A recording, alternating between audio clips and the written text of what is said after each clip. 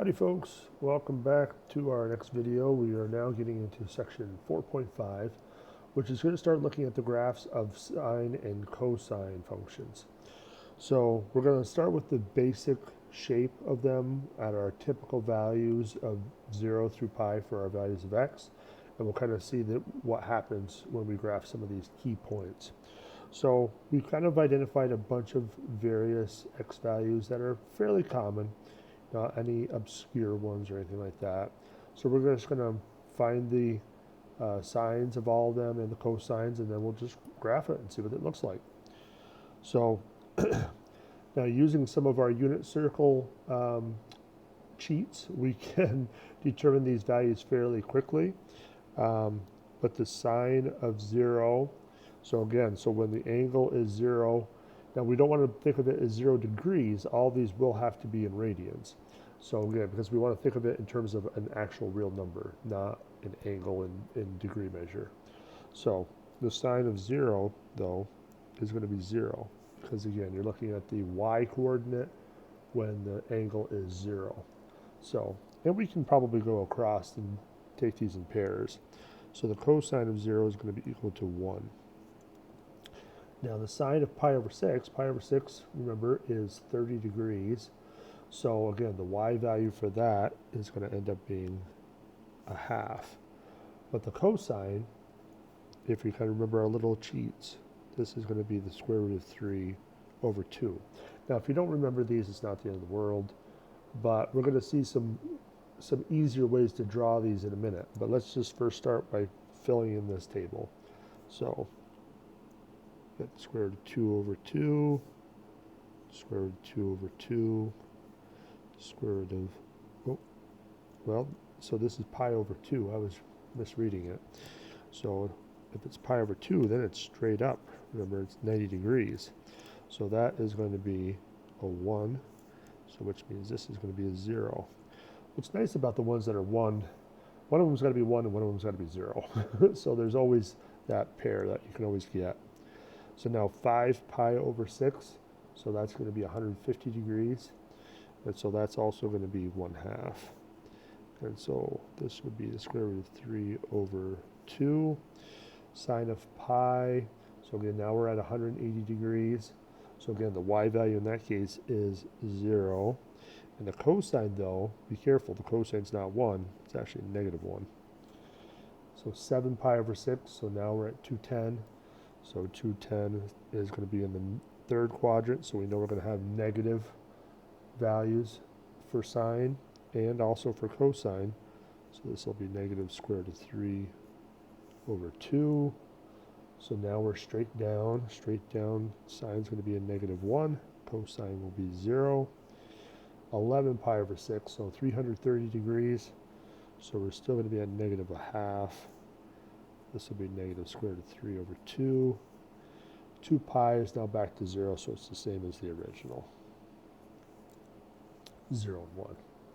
Okay, so we have some x values, we have some corresponding y values for the different functions. So let's see what they look like. So if we start off with saying this is y equals the sine of x, so we know that when x is 0, I'm pointing it when you can't see it, when x is 0, y is 0, so we know we have a point right at the origin. So pi over 6, we know it goes up to 1/2, so if this is 1, so that's going to put us right about here at 1/2. All right, square root of 2 over 2. Well, the square root of 2 is 1.414, so we cut that in half, so 0.7 roughly. So now pi over 4 is going to be about halfway between 0 and pi over 2. So this should be pi over 4. So 0.7, so almost 3/4, a little under. And then we got pi over 2, which goes up to 1.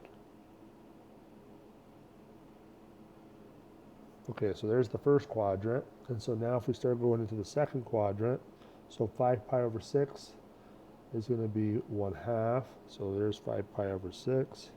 So we know that's going to be right about there. And then at pi, it drops down to 0 again. 7 pi over 6, so we got -1/2. So that's going to be right about here, right in the 6 almost. And then we have 3 pi over 2, so that's going to go all the way down to -1.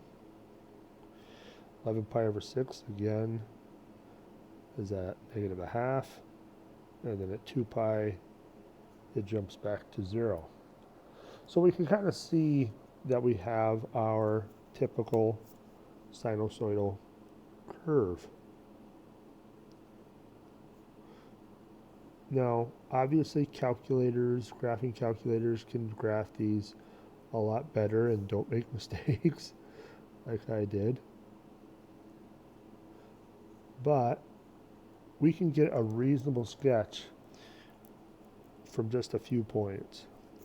And you'll see what I mean in just a minute. But let's do the cosine real quick, and we'll see the difference between the two curves.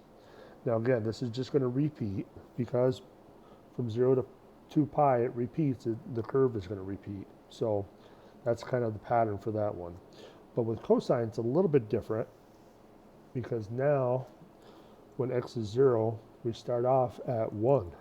So we're going to be right at 1 when x is 0. Now at pi over 6, remember, it was square root of 3 over 2. So square root of 3, 1.732 roughly. And so if we cut that in half, that's about 0.866. So 0.866 is going to be kind of high, just a little bit below 1. And so now pi over 4, remember, was halfway. And so that's actually going to be the same. So it's going to still be about that 0.7 height. And then at pi over 2, now it gets interesting because now it drops back down to 0. So have this down to 0. 5 pi over 6 is still going to be that 0.86 value roughly. And so we can go right about there. And at pi, it drops down to -1. So you can sort of see it's got a little bit of a curve to it. But now it's going to do the same thing but opposite. It's going to start to curve back up. So it'll go up to -0.866, up to 0, up to 0.866, and then up to 1. So you can see our curve is just kind of shifted almost. Looks a lot like the sine function, but it's just shifted.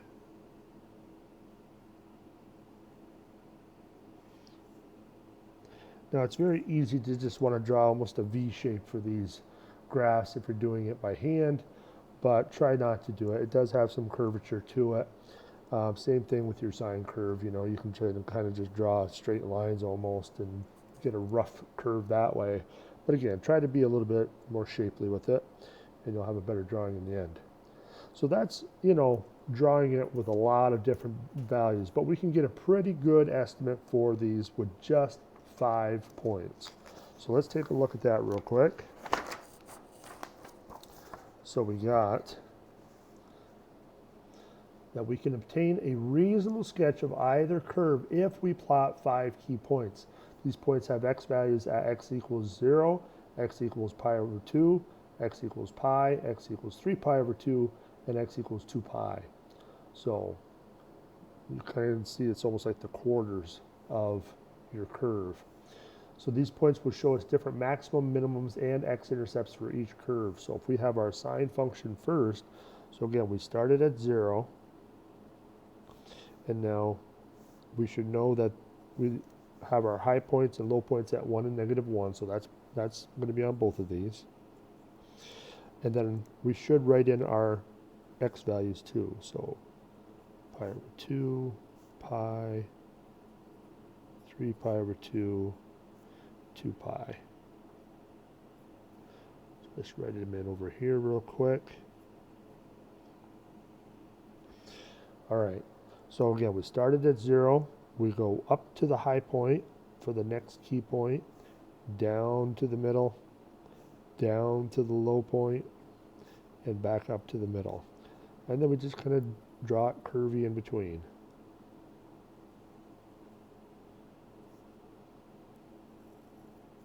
And there's our sine curve. Pretty quick. And just the opposite for cosine. So cosine, again, remember, is more of a U shape. So it starts at the high point, goes down to the middle, down to the low point, up to the middle, and up to the high point. And again, just make it curvy in there. And that's all you need. So, all right. Well, let's stop here with that video just to kind of give you a little introduction, and then we'll start looking and picking apart how we can alter these a little bit in the next videos. So see you soon.